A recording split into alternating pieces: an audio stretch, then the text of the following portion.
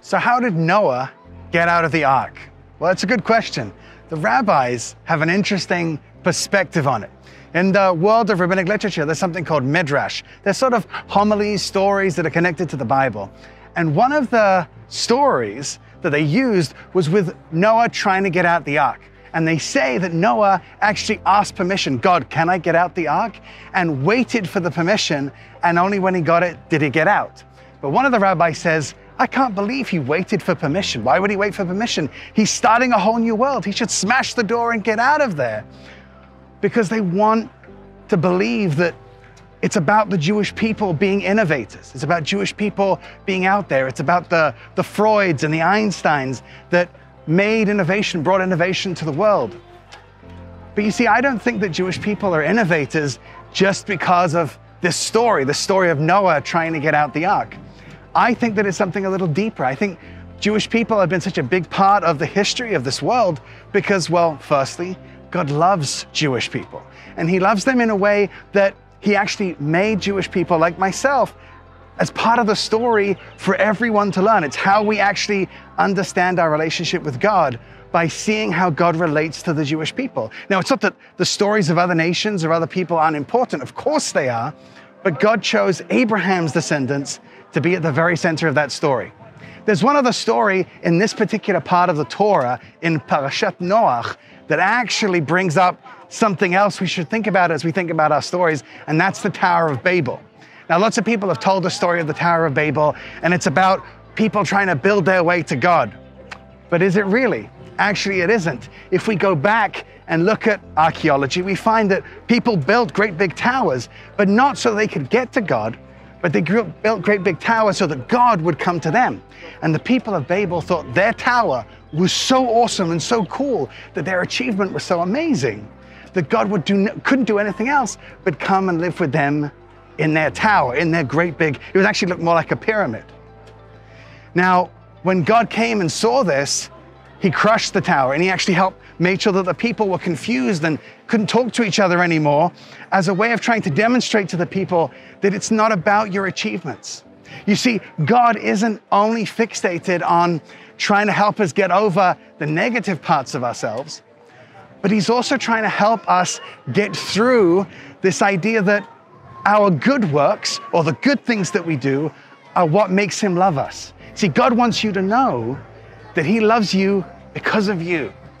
He loves you because he created you and because he sees the beauty that's in you. But when you come to him, don't come to him with, hey, look at what I've got and look at what I've done. Or he wants you to come to him broken.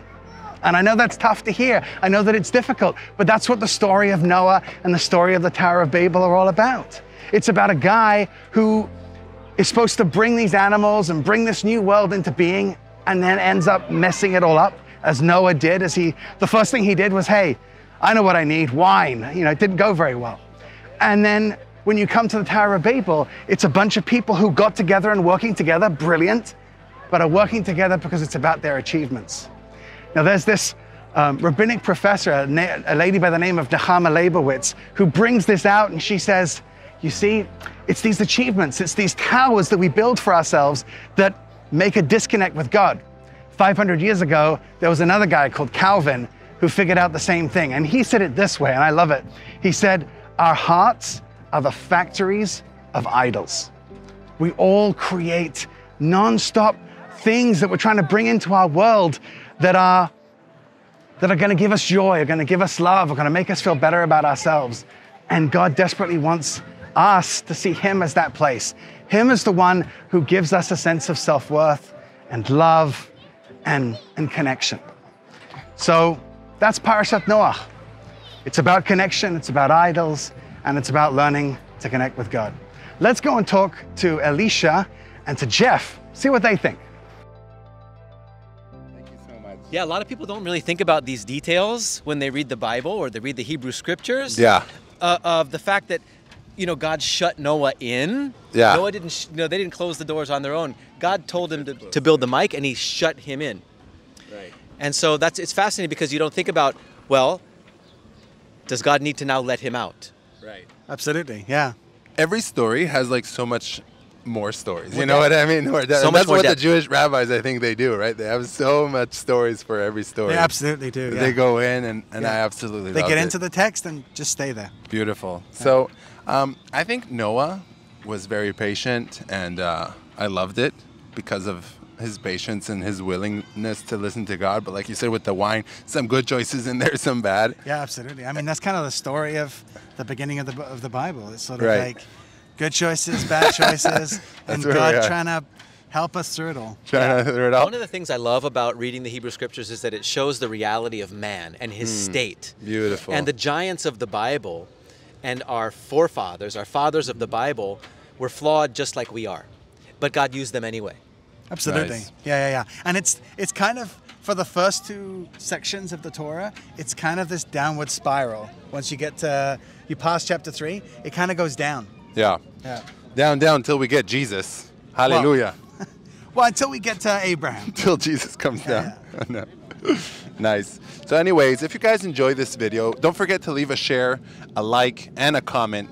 And maybe even subscribe if you like the content. and what'd you say? Maybe even subscribe if you like the content. That's right. Thank you so much, Yoel. Yoel's going to be thanks. giving us a lot more You're welcome. teachings. Stay updated. We are so excited to give you these amazing updates. And God bless you guys.